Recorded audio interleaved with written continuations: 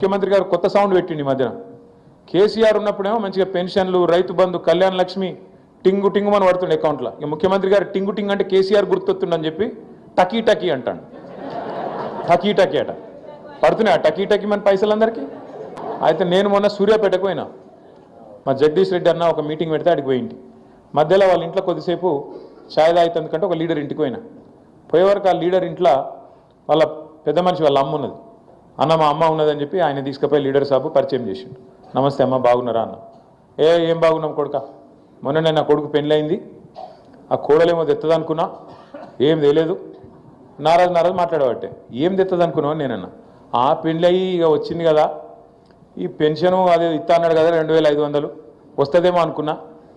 ఏం వస్తలేదు కోడలు వచ్చినాక అంత బేకారు ఉన్నదని ఆమె అన్నది అగో ఇది ఎక్కడి కథ నేనని ఆ కోడలు ఉండే పక్కకు ఆమెను పిలిచిన ఏం సంగతి అమ్మా అంటే మా అత్త కూడా 4000 పెన్షన్ వస్తుంది అనుకున్నా నేను కూడా వచ్చినాయా